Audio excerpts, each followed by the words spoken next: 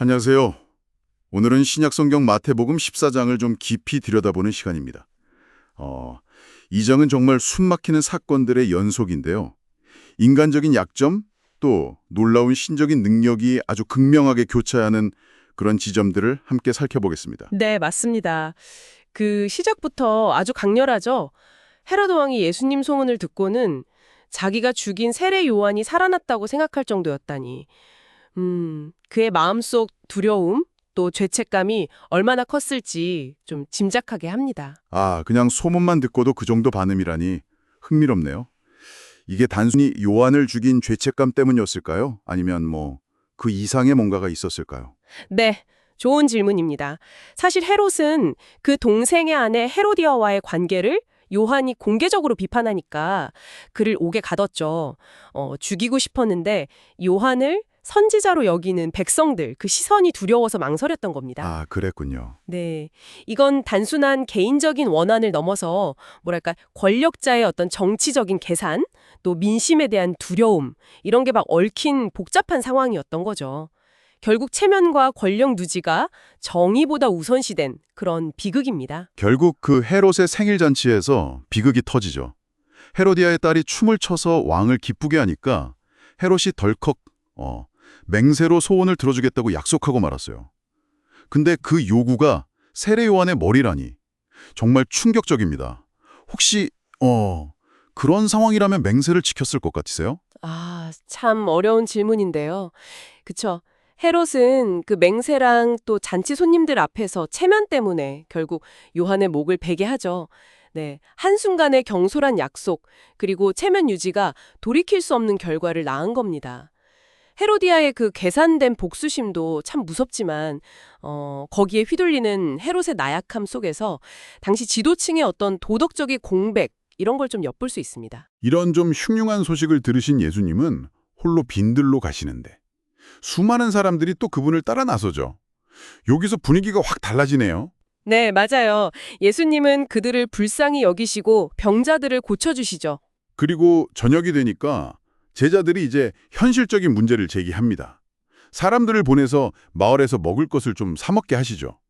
근데 예수님 대답은 정말 뜻밖이에요. 아니다. 너희가 먹을 것을 주어라. 이건 제자들에게 엄청난 도전이었을 것 같은데요. 정말 그렇죠. 고작 떡 5개랑 물고기 2마리뿐이었는데요. 네.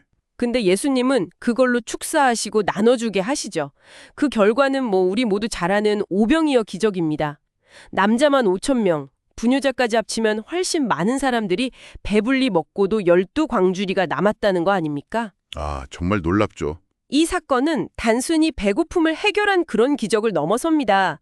예수님의 어떤 무한한 공급 능력, 이걸 보여주는 동시에 그 너희가 주라는 말씀처럼 부족해 보이는 자원이라도 믿음으로 순종할 때 하나님께서 어떻게 역사하시는지, 그걸 제자들에게 그리고 또 우리에게 가르쳐주는 중요한 메시지가 담겨 있는 거죠. 그 남은 12광주리도 의미가 있다고요? 네, 보통 이스라엘의 12지파를 상징하면서 모두에게 풍족한 은혜 이런 걸 의미한다고 해석하기도 합니다.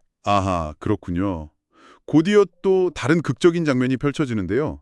제자들을 먼저 배 타고 건너편으로 보내시고 예수님은 기도하러 산에 오르시는데 밤중에 제자들이 탄 배가 풍랑으로 막 거세게 흔들립니다. 네, 바로 그때. 그때 예수님께서 물 위를 걸어오시는 거예요. 제자들이 유령인 줄 알고 얼마나 놀랐을까요? 막 공포에 질려서 소리치는 모습이 생생합니다.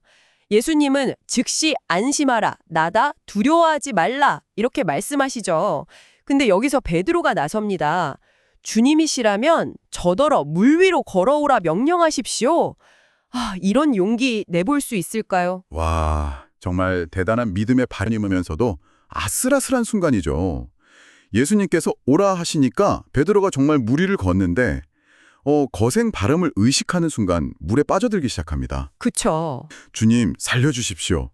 그 외침이 정말 절박했습니다. 네, 예수님은 즉시 손을 내밀어서 그를 붙잡으시면서 말씀하시죠. 믿음이 작은 사람아, 왜 의심하였느냐? 근데 이 질문은 꾸짖음이라기보다는 두려움보다 더 큰 믿음으로 나아가라는 어떤 초대, 뭐 그런 느낌에 가깝습니다. 아, 그런 해석이 가능하군요. 네, 이 사건을 통해서 제자들은 예수님이 진정 하나님의 아들이심을 다시 한번 깊이 깨닫게 되는 거죠. 마지막으로 게네사렛 땅에 이르렀을 때 사람들이 예수님을 알아보고 병자들을 막 데려옵니다. 예수님의 옷자락에 손이라도 대면 모두 병이 나았다고 하니까 와, 그분의 능력과 명성이 얼마나 널리 퍼졌는지 알 수 있는 대목입니다. 그쵸. 예수님의 치유는 어떤 육체적인 회복을 넘어서 사람들에게 희망, 또 새로운 삶의 가능성, 이런 것들을 열어주었습니다. 네, 오늘 마태복음 14장을 통해서 권력의 허망함, 또 절망 속의 희망, 믿음과 의심의 갈등, 그리고 정말 압도적인 치유의 능력까지 생생하게 목격했습니다. 헤롯의 연회장에서 벌어진 비극부터 오병이어의 기적, 또 폭풍우 치는 바다 위를 걷는 그 경이로운 사건까지 정말 한순간도 눈을 뗄 수 없는 이야기들이었어요. 네, 맞습니다.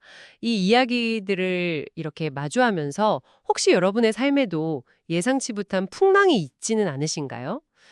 그 속에서 당신은 베드로처럼 믿음으로 발을 내딛고 있나요? 아니면 바람을 보고 두려움에 빠져들고 있나요?